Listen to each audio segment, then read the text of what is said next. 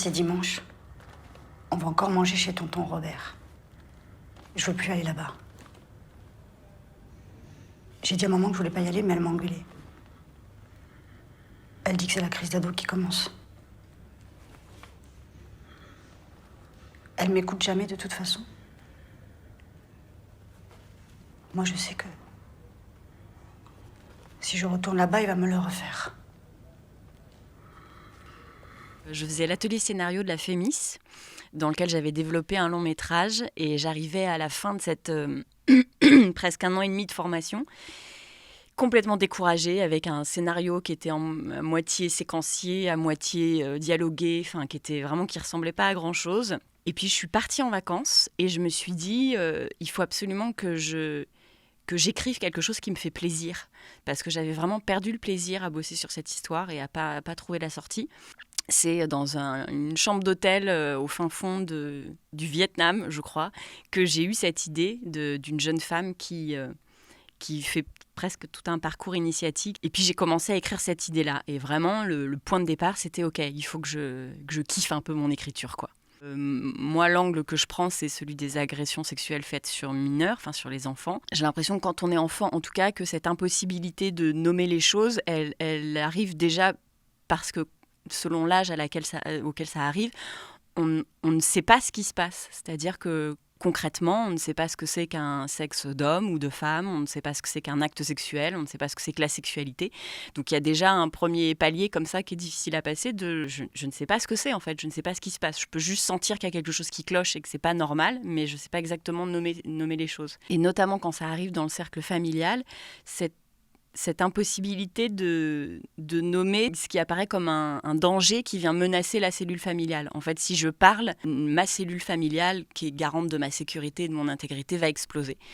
Dans le cas d'Alice, 25 ans de silence, en fait. C'est une petite fille qui s'est tue, puis une adolescente qui s'est tue, puis une jeune femme qui s'est tue. Et donc, c'est quelqu'un qui n'a jamais trouvé sa place parce qu'elle n'a jamais dit cette chose-là. Pour moi, le silence, enfin, en tout cas, l'économie de mots, elle était nécessaire parce que justement, le propre des agressions sexuelles, c'est que c'est difficile d'en parler, en fait. C'est l'histoire d'une vie, quoi. Cette incapacité à dire et donc cette incapacité à prendre sa place en tant que victime, à être reconnue, à exister, pour pouvoir ensuite le dépasser et vivre sa vie de jeune femme.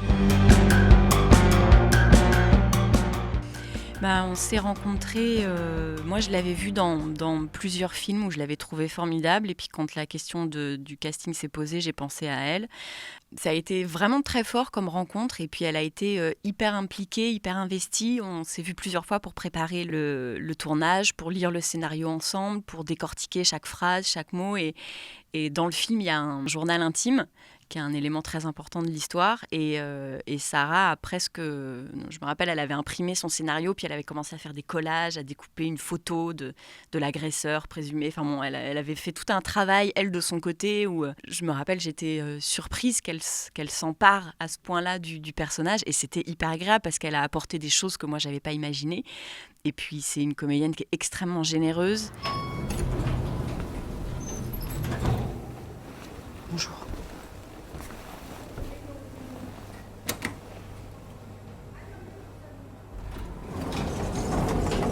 Pour ce qui est de la mise en scène, je me suis rendu compte sur le plateau, au premier jour de tournage, que mes 15 ans de boulevard avaient quand même servi à quelque chose, parce qu'effectivement, j'étais à l'aise avec le fait de diriger des comédiens dans un espace réduit, dans des chambres d'hôpital, que j'avais aucun problème à diriger les acteurs, parce que, étant moi-même comédienne, c'est quelque chose qui était très familier. Et puis après, j'ai été entourée d'une équipe vraiment extraordinaire, un super chef opérateur, un super premier assistant, qui m'ont accompagnée pour toute la partie plus techniques, et sur lesquels j'ai pu vraiment me reposer, et qui ont été des gens qui m'ont écouté, qui m'ont accompagné, et qui ont réussi à prendre cet univers que je leur livrais un peu de manière un peu brute, genre voilà ce que j'aime, démerdez-vous, et puis qui ne m'ont jamais imposé quoi que ce soit, enfin qui ont été vraiment très à l'écoute et qui ont su se saisir de cette chose-là pour me proposer du coup des solutions techniques qui y répondaient parfaitement. Bonjour. Bonjour. Excusez-moi, je cherche la chambre de Robert Gradiani. CHU de Lens, un instant, s'il vous plaît. Oui. Je cherche la chambre de Robert Gradiani. Oui. Avec un G. Oui. Ouais. G, R. Vous êtes de la famille? Oui. Très bien.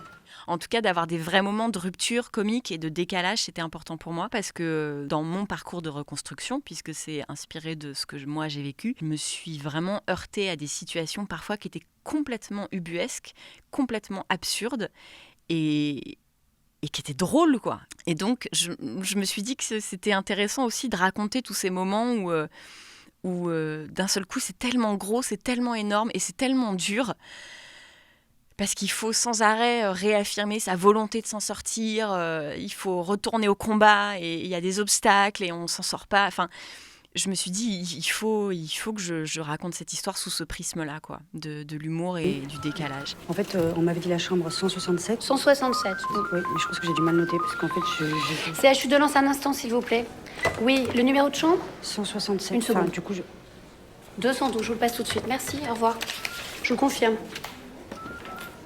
167, 212 Non, je vous confirme que vous avez mal noté. Graziani Robert, chambre 267. 267. Là, 267. Ça, c'est l'ordinateur, ça trompe pas. D'accord. Merci beaucoup. Attendez, excusez-moi, du coup, juste, je reprends le même ascenseur? Oui, ah non, alors du coup, une seconde. CHU de Lens, oui, ne quittez pas un instant, s'il vous plaît. Du coup, vous reprenez le bâtiment, c'est Il n'y a très pas simple. quelqu'un qui a Vous pas un reprenez- plan, une quelque chose? Il n'y a pas de plan ici, madame, non, non. C'est moi le plan. Et donc le personnage de la standardiste, pour moi, il est génial parce qu'il représente à lui seul toutes les difficultés qu'on peut rencontrer quand on doit se reconstruire après une agression sexuelle, que ce soit l'entourage qui n'a pas envie d'entendre, qui ne veut pas entendre, porter plainte auprès de la police, raconter sans arrêt la même histoire, raconter les détails, les fameux thérapeutes. Il y a tellement d'humour là-dedans aussi que je trouve que c'était intéressant en tout cas d'en parler sous cet angle-là. Et puis ça fait du bien, quoi. Je suis allée à Trouville et c'était donc mon premier festival, première sélection, premier prix, puisque j'ai eu le prix du public. Et c'était absolument génial, malgré les circonstances avec les contraintes sanitaires, tout ça, de pouvoir rencontrer les gens et d'être dans une salle de projection en même temps qu'un public qui découvre mon film. Donc ça, c'était assez, comme sensation, c'était assez génial, ouais. C'est un peu vertigineux. J'ai toujours du mal à croire que j'ai réussi à faire ce court-métrage, parce que ça a été quand même 4 ans de travail, avec une productrice exceptionnelle qui ne m'a pas lâchée et qui a tenu bon jusqu'au bout. Donc c'est toujours un peu incroyable pour moi que ce film existe, et puis qu'en plus il voyage et qu'il soit vu dans le monde entier. Enfin, c'est complètement vertigineux, quoi, pour moi. Mais c'est génial, pourvu que ça dure. C'était très chouette, merci beaucoup.